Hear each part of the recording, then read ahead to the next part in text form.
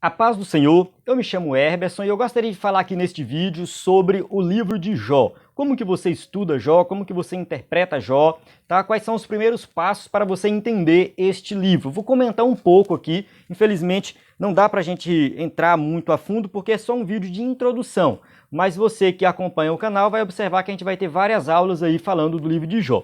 Por quê? Porque eu estou aqui gravando esse vídeo dentro do contexto do quarto trimestre do ano 2020, né, que a gente vai começar agora, no caso aqui da revista que a gente usa, a revista da CPAD. Então vamos começar esse quarto trimestre, que vai comentar o livro de Jó. Então aqui está o livro de apoio da revista, que é a mesma capa, a revista, nesse exato momento, ela está bem aqui, tá? Então você, né, pode... quem sabe você está usando essa revista na sua igreja. Mas quem sabe você não está usando essa revista, mas você quer estudar Jó, quer aprender sobre Jó. Então esse vídeo aqui ele serve para você. Então vamos lá. Quais são os livros que a gente tem que usar para começar a estudar Jó? Eu recomendo você ter um panorama do Antigo Testamento. Tá? Quem gosta de estudar a Bíblia com frequência, é bom ter o panorama. Tá? Eu comprei esse aqui do Andrew Hill, mas tem outros por aí. E aqui ele vai fazer um panorama de todos os livros do Antigo Testamento, inclusive do livro de Jó. Então é bom você ter isso aí, porque você dá uma lida naquela, faz aquela introdução básica ali dos livros da Bíblia. Depois é bom você ter um comentário. No caso aqui eu estou com um comentário de Jó, introdução e comentário do Francis Anderson, tá? Da editora Vida Nova. E tem também o comentário da CPAD do pastor José Gonçalves, que é também um comentário que é feito para a revista, mas que você pode estudar independente da revista. Tem um comentário do Hernandes Dias Lopes também, que eu já li, muito bom também, tá? Ele é um pouco mais expositivo, para você que vai ensinar Jó, pregar sobre Jó, é interessante você ter esse comentário do Hernandes Dias Lopes, e tem outros comentários que você pode adquirir sobre o livro. Mas vamos lá, né? Vamos falar deste livro. Aqui eu vou dar aqui algumas dicas sobre o livro de Jó. Vamos lá. Primeira coisa, sobre a classificação do livro de Jó. Alguns teólogos eles vão dizer que o livro ele é um livro sapiencial, ou seja, literatura de sabedoria. Então ele está junto com Eclesiastes, com Provérbios, não está voltado para essa literatura de sabedoria. Outros teólogos vão dizer que é um livro poético. Não, isso é um livro poético.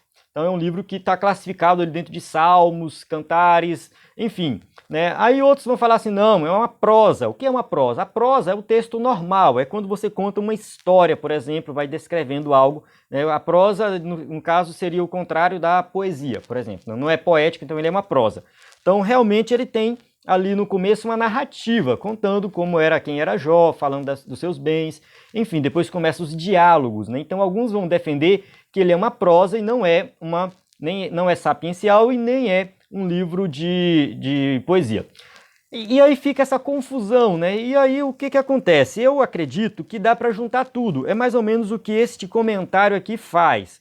Ele fala assim, que é um livro em prosa, tá? No caso ele conta a história de Jó, com diálogos que têm elementos de sabedoria e elementos de poesia.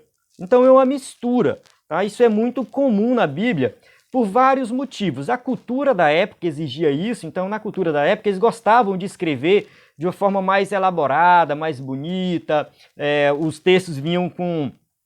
não vinham com rima, né? Não é rima, porque quando a gente fala de poesia, aí muita gente pensa na rima, mas é mais a poesia hebraica, ela foca mais na estrutura do texto, com relação à repetição daquilo que já foi dito de uma forma diferente, para enfatizar, né? Usando figuras de linguagem. Então a poesia hebraica ela é um pouco diferente, teríamos que fazer uma aula somente sobre esse tipo de poesia. Mas se a gente lê o livro de Jó, a gente já percebe que realmente ele tem uma linguagem poética nos diálogos ali. Não significa que as pessoas falavam assim no dia a dia. Quando a gente lê a Bíblia, às vezes a gente fica pensando, né, será que as pessoas conversavam assim, né, fazendo essas poesias e tal, falando bonito? Na verdade não, as pessoas conversavam normal, tá? Só que na hora de registrar a história, aí o escritor tomou a liberdade de pegar aquilo que aconteceu e escrever num formato diferente, né, usando mais essa linguagem mais poética. Então, aí a gente observa aí essa relação dessa linguagem poética que foi usada pelo escritor, tá? E está lá dentro do livro. Então, podemos classificar esse livro como sendo uma mistura de todos esses gêneros literários. Vamos lá, quem foi que escreveu Jó? Não sabemos. O fato é isso, não sabemos. Alguns defendem que foi o próprio Jó, porque ele viveu muitos anos depois que ele recuperou a saúde, ele viveu muitos anos, teve filhos, e enfim, ele poderia ter registrado isso. Outros dizem que foi Moisés que escreveu o livro.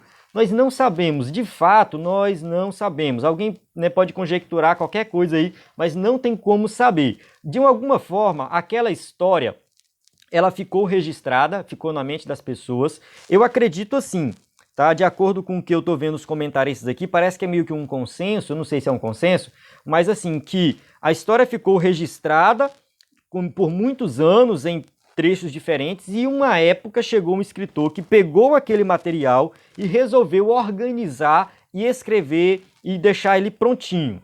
Tá? Lá, muitos centenas de anos depois, ele resolveu contar a história, né, de Jó, que estava registrado de forma muito assim bagunçada. Aí ele resolveu pegar esse material e organizar. Isso é meio que um compilador, mas também um autor onde ele resolveu colocar ali o seu estilo. Tá? Então a gente realmente não sabe, mas realmente ele pode ter sido escrito muitos anos depois do acontecimento. Tem que ter isso em mente, tá? Muitos anos depois do acontecimento que foi registrado. Isso era muito comum. Por exemplo, os evangelhos foram escritos cerca de 30 anos depois que Jesus subiu aos céus. Tá? Então Jesus morre e tal, sobe aos céus, ressuscita, sobe aos céus, 25, 30 anos depois que os evangelhos foram escritos. Então isso era muito comum, ter o escrito, né, muitos anos depois do acontecimento. Quando foi que aconteceu a história do livro de Jó?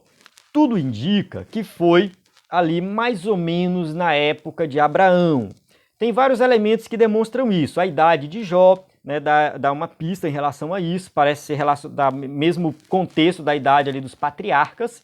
A gente observa Jó fazendo sacrifícios, tá, pelos filhos e tal. E isso só era possível antes da lei. Tá? Então a lei, antes da lei, o sacrifício era realizado pelo patriarca, pelo, né, responsável pela casa. Tá? Então Abraão realizava sacrifícios, Jacó realizava sacrifícios, né? Isaac realizava sacrifícios, todos os patriarcas realizavam sacrifícios, porque o sacrifício podia ser realizado em qualquer lugar, bastava construir um altar e ali realizar o sacrifício. Quando veio a lei, não podia mais. Então, né, fica aí subentendido que ele viveu antes da lei. Lá no finalzinho de Jó, fala também que as filhas de Jó participam da herança, vão participar da herança do pai, o que também não existia na época da lei. Na época da lei era proibido. A filha, né, a mulher, ela só recebia a herança do pai se por acaso não tivesse um homem, um irmão do sexo masculino. Tá? Se fosse o caso dela ter um irmão do sexo masculino, ela não recebia. O irmão dela recebia, mas ela não.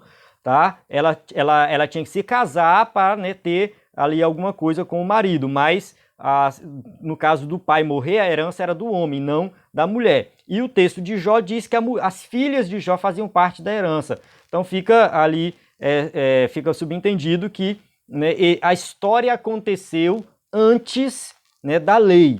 Pode ser que o escritor, melhor dizendo, ele escreveu depois da lei, do contexto da lei. Então é por isso que ele coloca esse detalhe aí explicando.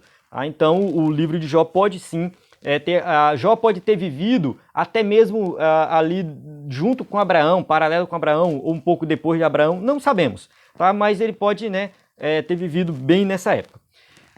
Então, eu acredito que ficou claro aí com relação a isso, né? Vamos lá, o que eu posso aqui explorar um pouco mais sobre o livro de Jó? A questão aqui, vamos lá, da estrutura do livro, tá? Vamos falar da estrutura.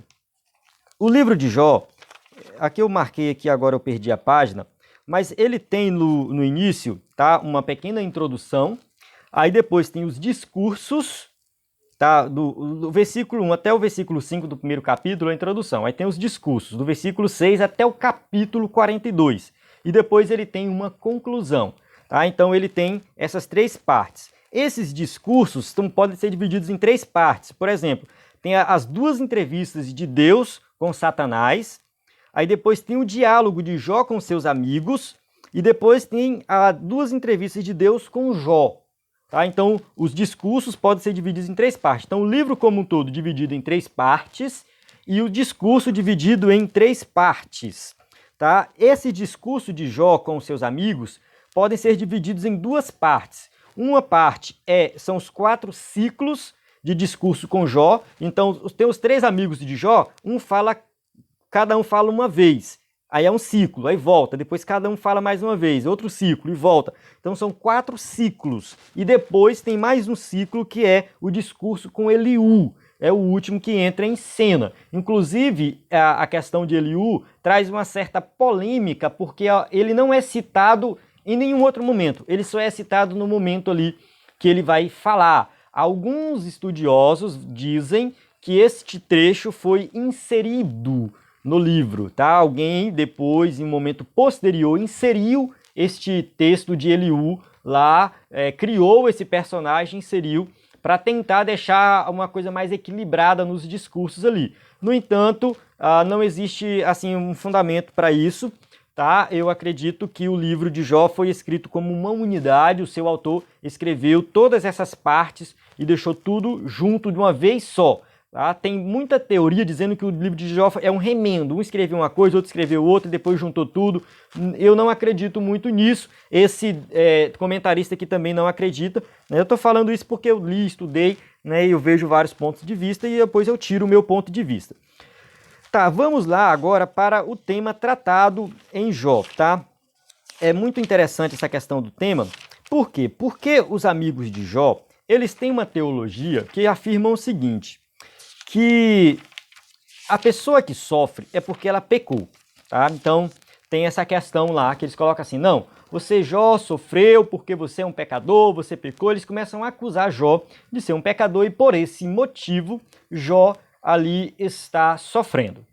E aí, quando a gente lê o livro, a gente pode observar que Jó não sabe o motivo dele estar sofrendo. O escritor que registrou a história, ele revela isso no começo. Então o leitor sabe. Quando eu leio Jó, eu sei por que Jó está sofrendo.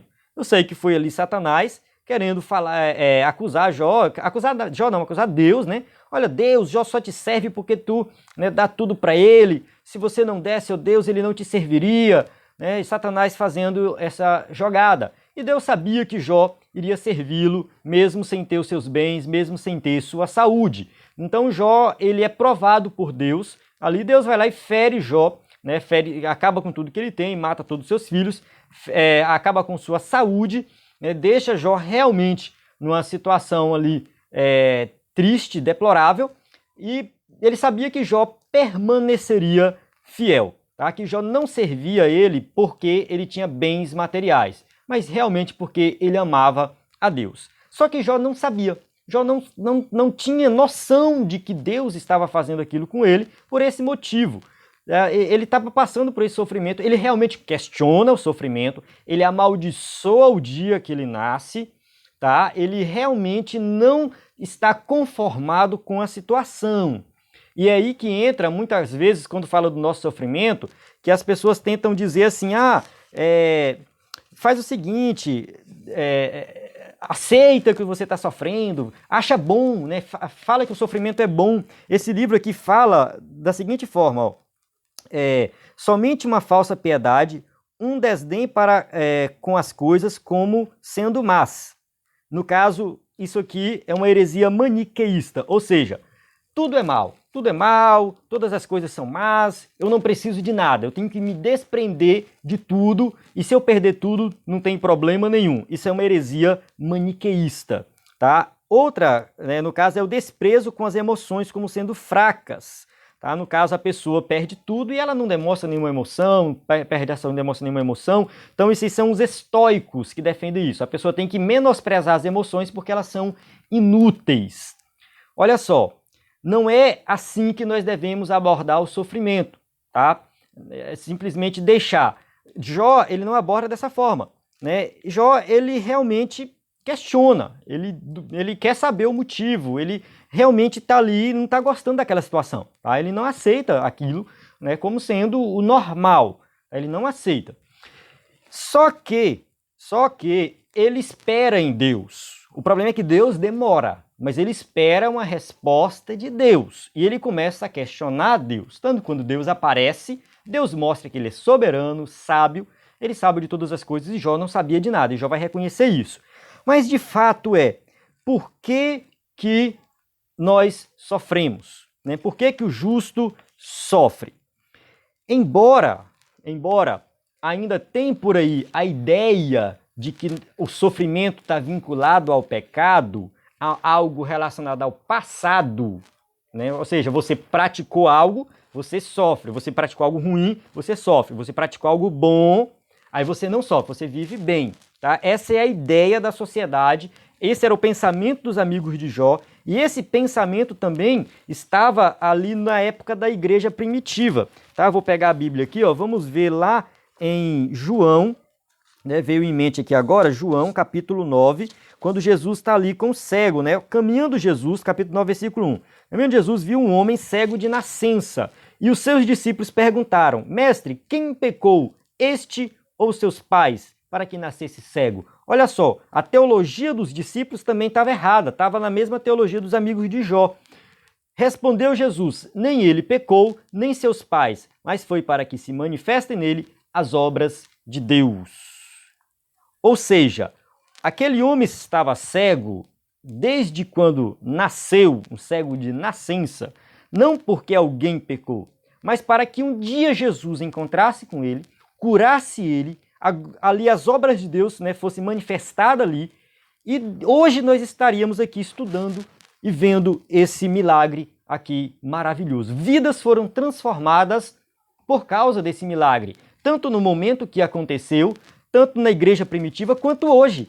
Tá? Vidas são transformadas por causa desse milagre. Então este homem nasceu cego para que se manifestasse ali as obras de Deus, né, e vidas fossem transformadas. Então o sofrimento, a gente não tem que olhar para o sofrimento como assim procurando a causa do sofrimento. Nós temos que olhar para o sofrimento procurando saber o objetivo do sofrimento. Por que Deus está fazendo isso comigo? O que Ele quer mais na frente? Nós só vamos saber o motivo do sofrimento lá na frente. Jó, ele fez isso. Lá em Jó, vou ler aqui um versículo de Jó, para nós entendermos a ideia aqui, 42, 5. Eu te conhecia só de ouvir, mas agora os meus olhos te veem. Jó entendeu o motivo do sofrimento, para que ele pudesse conhecer melhor Deus. É claro que ele não fica sabendo daquela acusação de Satanás, porque aquilo ali era Satanás e Deus, tá? Satanás e Deus ali se resolvendo. Tá? E Deus provou para Satanás que Jó era fiel a ele, não por causa dos bens, né? Mas porque ele de fato amava Deus. Mas o que o sofrimento causa em Jó, o resultado desse sofrimento em Jó, é que Jó tem mais intimidade com Deus. Tá? Através da vida de Jó, ele testemunhou a bondade de Deus, ele foi fiel a Deus, ele mostrou que ele realmente não estava sofrendo por causa do pecado, e na época de Jó, vidas foram transformadas, e até hoje vidas são transformadas através, né, desse sofrimento que Jó passou. Então, o motivo aqui, é claro que eu estou dando uma resumida, tá? Estou dando uma resumida, mas se a gente for falar da questão do sofrimento do justo, né, a base é essa. Veja o resultado do sofrimento, o que vai dar lá na frente, não o que causou, tá? Talvez você é uma pessoa fiel a Deus, está fazendo tudo certinho, e você está sofrendo, mas isso não é porque você pecou, porque teu pai pecou, porque você cometeu algo lá no passado, não é isso, tá? Deus está te provando por algum motivo, você não sabe, o que você tem que fazer siga o exemplo de Jó, seja fiel a Deus, mesmo diante do sofrimento, que lá na frente você vai olhar para o passado e você vai falar: ah, entendi agora. Agora eu sei por que Deus fez eu passar por isso. Tá? Então, é isso.